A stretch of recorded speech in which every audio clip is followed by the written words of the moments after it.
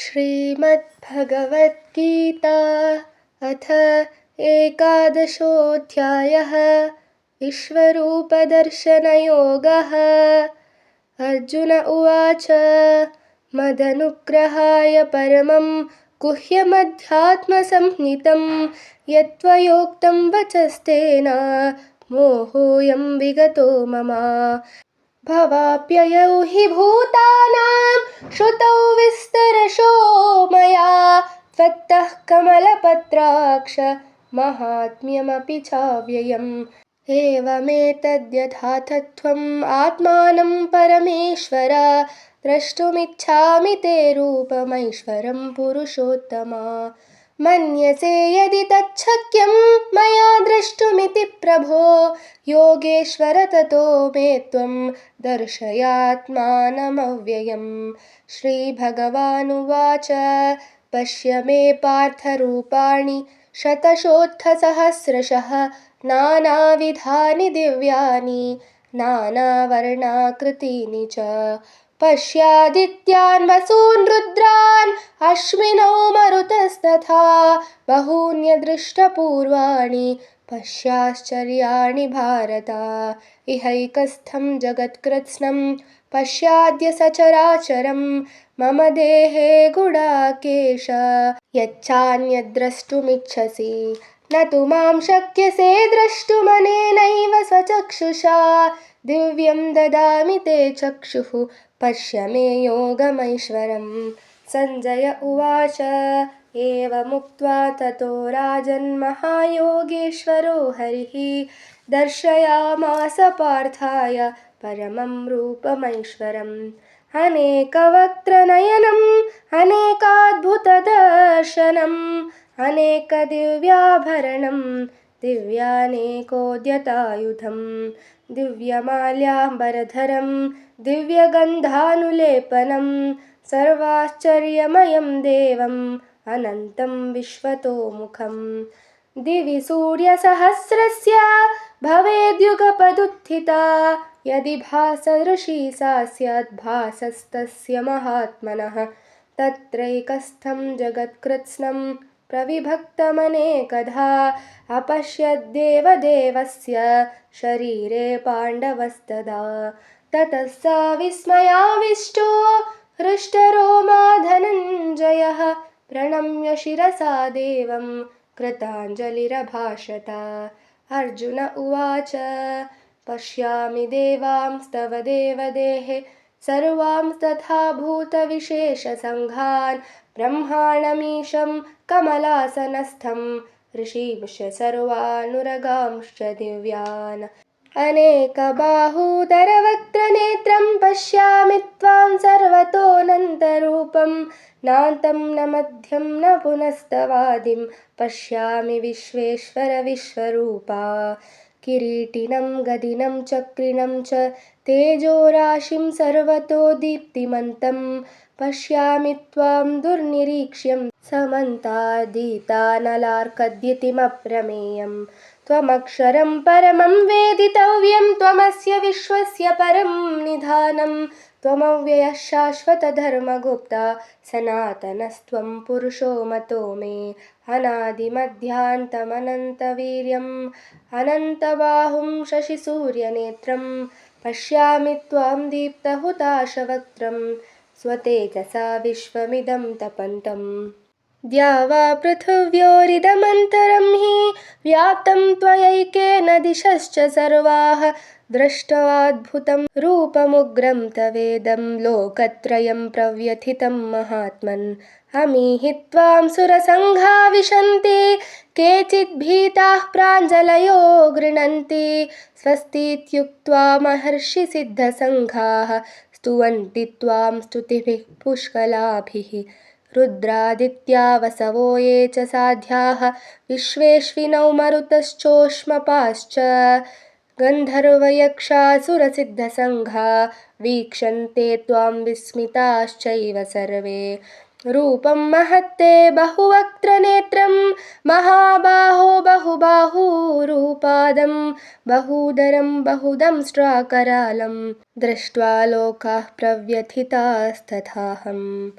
नभस्पृशं दीप्तमनेकवर्णं व्याताननं दीप्तविशालनेत्रं दृष्ट्वा हि त्वां प्रव्यथितान्तरात्मा धृतिं न विन्दामि शमं च विष्णो दंष्ट्राकरालानि च ते मुखानि दृष्ट्वैव कालानलसन्निभानि दिशो न जाने न लभे च शर्मा प्रसीद देवेश जगन्निवास अमी च त्वां धृतराष्ट्रस्य पुत्राः सर्वे सहैवावनिपालसङ्घैः भीष्मो द्रोणः सूतपुत्रस्तथासौ सहास्मदीयैरपि योधमुख्यैः वक्त्राणि ते त्वरमाणा विशन्ति दंष्ट्राकरालानि भयानकानि केचिद्विलग्ना दशनान्तरेषु सन्दृश्यन्ते चूर्णितैरुत्तमाङ्गैः यथा नदीनां बहवोऽम्बुवेगाः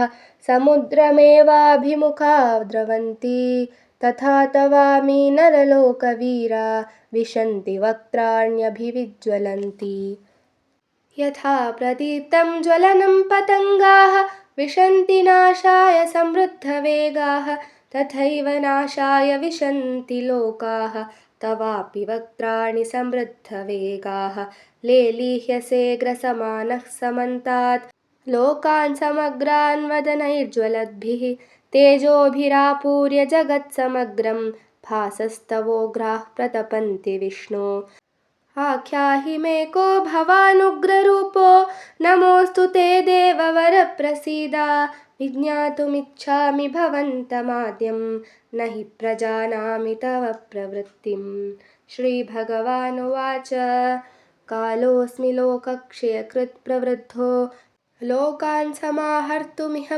प्रवृत्तः ऋतेऽपि त्वां न भविष्यन्ति सर्वे एव स्थिताः प्रत्यनीकेषु योधाः तस्मात् त्वमुत्तिष्ठ यशो लभस्व जित्वा शत्रून् भुङ्क्ष्व राज्यं समृद्धं मयैवैते निहताः पूर्वमेव निमित्तमात्रं भव सव्यसाचिन् द्रोणं च भीष्मं च जयद्रथं च कर्णं तथान्यानपि योधवीरान् मया हतांस्त्वं जहिमा व्यथिष्ठाः युध्यस्व जेतासि रणे सपत्नान् सञ्जय उवाच एतच्छ्रुत्वा वचनं केशवस्य कृताञ्जलिर्वेपमानः किरीटी नमस्कृत्वा भूय एवाह कृष्णं सगद्गदं भीतः प्रणम्य अर्जुन उवाच स्थाने हृषीकेश तव प्रकीर्त्या जगत्प्रहृष्यत्यनुरज्यते च रक्षांसि भीतानि दिशो द्रवन्ति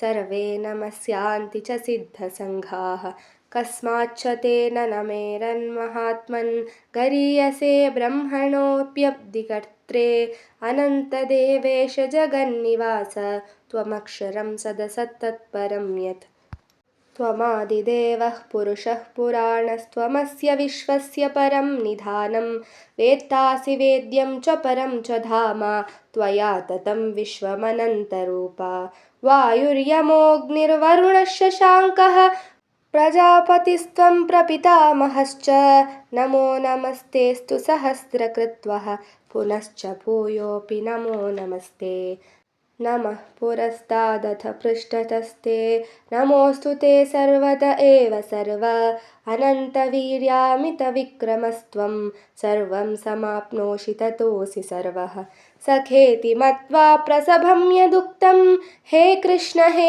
यादव हे सखेति अजानता महिमानं तवेदं मया प्रमादात् प्रणयेन वापि यच्चावहासार्थमसत्कृतोऽसि विहारशय्यासनभोजनेषु एकोत्थवाप्यच्युत तत्समक्षं तत्क्षामये त्वामहमप्रमेयम् पितासि लोकस्य चराचरस्य त्वमस्य पूज्यश्च गुरुर्गरीयान् न त्वत्समोऽस्यभ्यधिकः कृतोऽन्यो लोकत्रयेऽप्यप्रतिमप्रभाव तस्मात् प्रणम्य प्रणिधाय कायं प्रसादये त्वामहमीशमीड्यं पितेव पुत्रस्य सखेव सख्युः प्रियः प्रियायार्हसि देव सोढुम् अदृष्टपूर्वं हृषितोऽस्मि दृष्ट्वा भयेन च प्रव्यथितं मनो मे तदेव मे दर्शय देवरूपं प्रसीद देवेश जगन्निवास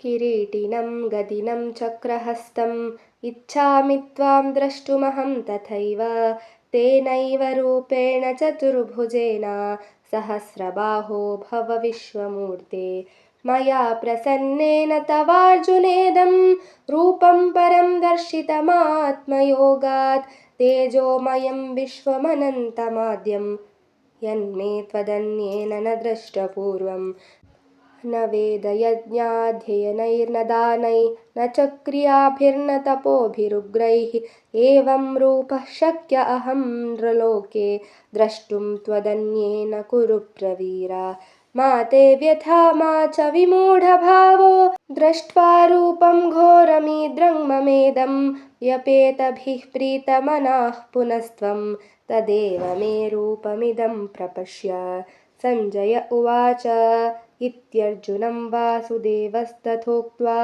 स्वकं रूपं दर्शयामास भूयः आश्वासयामास च भीतमेनं भूत्वा पुनः सौम्य वपुर्महात्मा अर्जुन उवाच दृष्ट्वेदं मानुषं रूपं तव सौम्यं जनार्दन इदानीमस्मि संवृत्तः सचेताः प्रकृतिं गतः श्रीभगवानुवाच सुदुर्दर्शमिदं रूपं दृष्टवानसि यन्मम देवा अप्यस्य रूपस्य नित्यं दर्शनकाङ्क्षिणः नाहं वेदैर्न तपसा न दानेन न चेज्यया शक्य एवं विधो द्रष्टुं दृष्टवानसि मां यथा भक्त्या त्वनन्यया शक्य अहमेवं विधोऽर्जुन ज्ञातुं द्रष्टुं च तत्त्वेन प्रवेष्टुं च परन्तप मत्कर्म कृन्मत्परमो मद्भक्तः सङ्गवर्जितः निर्वैरः सर्वभूतेषु यः स मामेति पाण्डव इति श्रीमद्भगवद्गीतासूपनिषत्सु ब्रह्मविद्यायां योगशास्त्रे श्रीकृष्णार्जुनसंवादे विश्वरूपदर्शनयोगो नाम एकादशोऽध्यायः। श्रीकृष्णार्पणमस्तु।